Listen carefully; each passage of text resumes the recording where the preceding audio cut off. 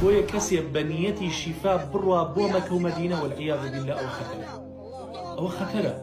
یعنی داوای چی کردووە؟ یعنی ئەو خوایی کە لە مەکە و مەدینەیە هەر ئەو خوایەش نییە کەوا ئێرە بڕێوابات با لەوێ تەواف ئەکرێت، عیبادەتی تەواف هەیە بەڵام لێرە نییە، عیبادەتی سەفا و مەڕوا هەیە لێرە نییە، باشە ئەمانە لێرە نییە، باشە بەیت بۆ خۆی پیرۆزە، شوێنێکی پیرۆزە. ئینە ئەوەلە بەیتی وضع للناس لەلەذی ببەکەتە مبارەکە ئەو شوێنە. بەڵام خەڵک ئەڕوات دەست بە دیواری بەیتاهێنێ، دەست بە بەردەڕەشەکەیاهێنێ، دەست بە دار و پەردووی ئەو بەیتەیاهێنێ و دوای ئەیدا بە جسمی خۆیە. ئەمە شەریکدانان نییە بۆ خوا؟ یان لەبەر ئەو بەردەی کەوا لەسەر کێوی عەرەفەیە خەڵکە ڕوان ناوی لێ ئەنووسێ ئەڵێ مناڵم بەرێ، ئەوە هاواربردن بۆ غەیری خوا نییە؟ ئەوە بتپەرستەکەی جاران نییە؟